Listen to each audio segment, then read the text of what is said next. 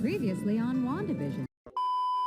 WandaVision just ended, and while the general consensus throughout the show up to the conclusion was super positive, the finale has left the viewers of the show in a polarizing state, if you will. In this video, I'm going to look through some of the points that have been brought up in the wake of the final episode, discuss what went down, and sprinkle in some of my own very unbiased thoughts as well.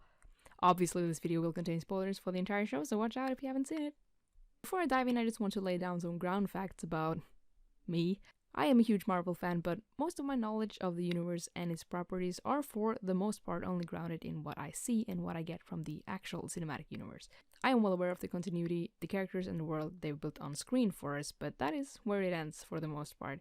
I have a limited knowledge of the comics, so when I judge this show, I am judging it as someone who's only been watching the show on a week-to-week basis. Does that make sense?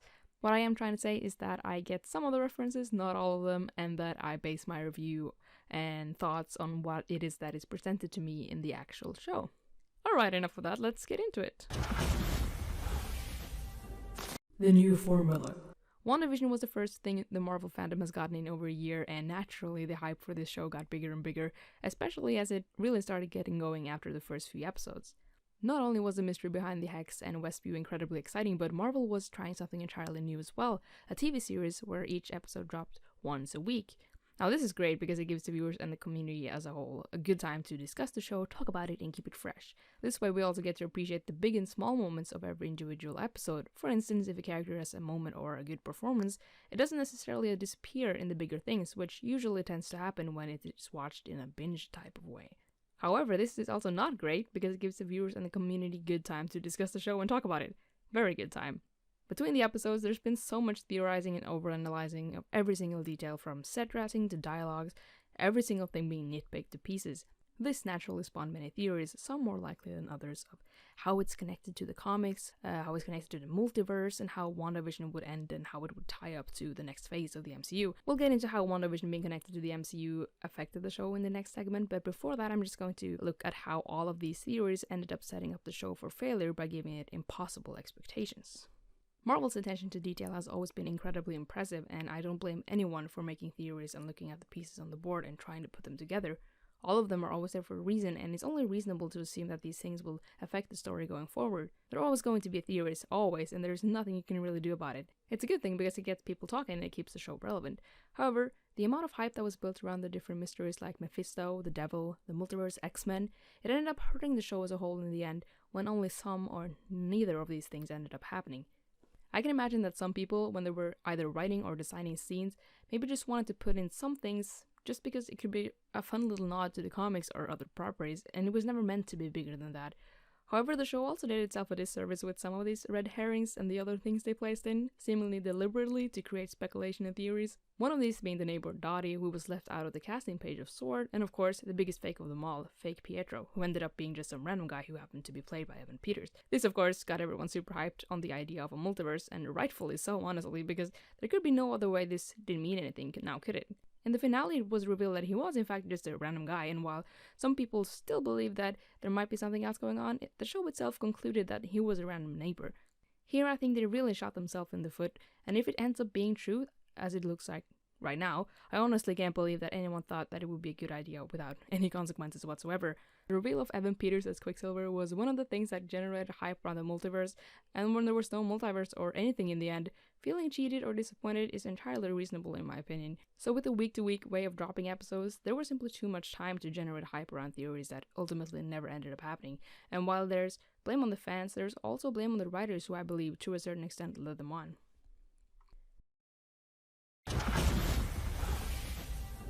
It is all a part of a bigger universe. WandaVision is a part of the MCU, and thus it was expected that it would set up future events of it, like Doctor Strange and the Multiverse of Madness. It sort of did, especially with the last end credit scene, which we will get back to. In the end, WandaVision is about Wanda's grief and her journey as a character, and I think there was an anticipation that this was going to set up future events, and when it only to a certain degree ended up doing that, it was a letdown for many people. This is a thing that can quickly end up being a problem for any MCU property, really, that instead of being a contained story, it also has to tie into the bigger story too, and I think when the bigger story becomes the main focus, it ends up being a problem. Take the upcoming Black Widow movie, for instance. So, some people might not be too hype about this because Natasha is dead, Christ, and her story as we know it in the Avengers is over. But like with WandaVision, Black Widow will be all about getting to know the character better. And personally, even if Black Widow ends up being a standalone film, I think that is something that is sorely missing for me. There's an expectation now that every story has to be connected to another, and even if that is super cool, I think fans in general need to remember that in the end, the focus will be on the characters in the movie or here, the TV series. And that is how I honestly think it should be. In the case of WandaVision, there was simply too much hype around the multiverse, but that being said, I believe that WandaVision also had a problem with both not setting up things and also setting up too many things. This also is a problem for WandaVision with the character of Monica Rambeau, which started out with a lot of personal potential, I think, but it got evident by the end that her main purpose in the series was to set up Captain Marvel 2. After she got out of the Hex, she could easily have disappeared out of the WandaVision story with no impact to it whatsoever. Some of these characters were treated in a way which I think Marvel thinks they can just excuse that these characters' stories can be concluded later, and it's not a problem because we will see them again. And in a way, it isn't a true problem because they can bring them back and they probably will. But if we look at WandaVision and review it as a single entity, which should be totally allowed, it just ends up being very lame, not gonna lie.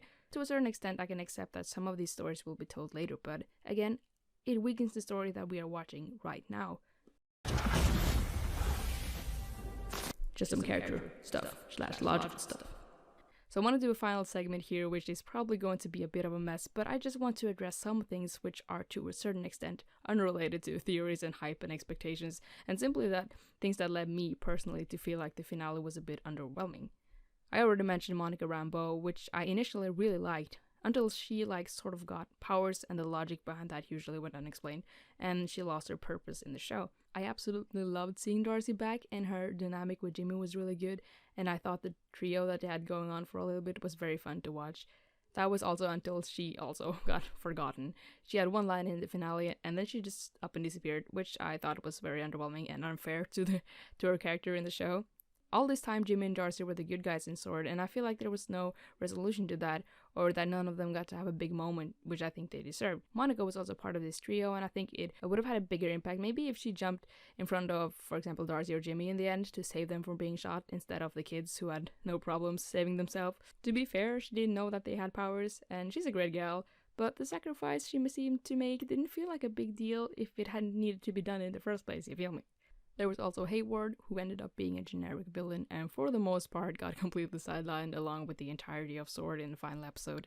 In the earlier episode, he implied very briefly about what life was like after the snap, which I think would be very interesting to see, and all of the horrible implications of both the snap and the blip were briefly touched upon. However, I think the potential for great and personal stories are there, but it was quickly brushed over. At least Hayward built White Vision, but that story plot quickly got very impersonal too. When White Vision was revealed in the penultimate episode, I was expecting an emotional fight or confrontation between him and Wanda. I think it would have had a bigger impact to see Wanda grapple with fighting with Vision's real body and how it would affect her to fight against her love, except it's not really him, but it is him. And I think the emotional impact was too quickly replaced by simple and shallow punches and flying and fighting. It was quite cool to see Vision and Vision talking, and the entire discussion of what it means to be real was great, but I also feel like White Vision's main purpose was to provide us with a way to keep Vision alive in the future, and the entire ethical dilemma and consequences with S.W.O.R.D. creating him weren't addressed at all. So ultimately, White Vision ended up being a little bit of a letdown too. We never actually got to know anything about Agatha and where she came from in the end. It did kind of feel like she was just a witch introduced so we could have someone powerful enough to fight against Wanda. I think that ultimately what made the finale a bit underwhelming is that it felt unfinished, and the only thing that actually ended was the Hex. Again, some might say that these things could be addressed at a later point, but again, if you look at it as a single entity, nothing is really resolved. The consequences of the Hex are completely ignored. What do the people think? Will there be lasting effects on the residents of Westview? Will Agatha just walk around among the people who were brainwashed and will no one recognize her? Will S.W.O.R.D. be okay with a dormant witch just living as a regular person? Wanda literally flies away from all of her problems in the end. Also, in a way, we probably should mention this too, Wanda didn't really change throughout the show either.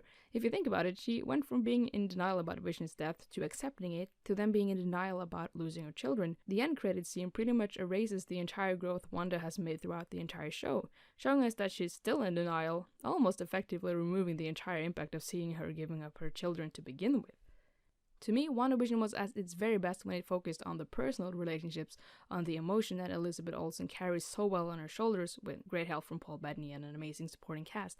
And I felt like the world they had built up so expertly throughout the first part of the season fell apart when the ending unraveled to be what felt like a standard, generic sequence, turning WandaVision from something I'd never seen before into something that fit the entire superhero genre all too well.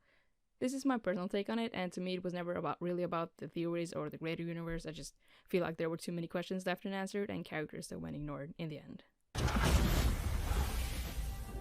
Conclusion. Thank you so much for watching and listening in on my thoughts around the final episode of WandaVision, how different factors played into setting up expectations that are almost impossible to reach, and how some things made me feel a bit disappointed in the conclusion. I also just want to mention that I definitely think that Elizabeth Olsen deserves an Emmy for her multi-layered performance as Wanda, and that both her and Paul Bettany were a delight to watch together on screen. Their performance was amazing and their chemistry is incredible, with everything from comedy, comedic timing to sadness to rage, just perfectly splendid, truly. Again, thanks for stopping by, leave your thoughts in the comments below, and let's talk about the show together. I'll see you in the next video, bye bye!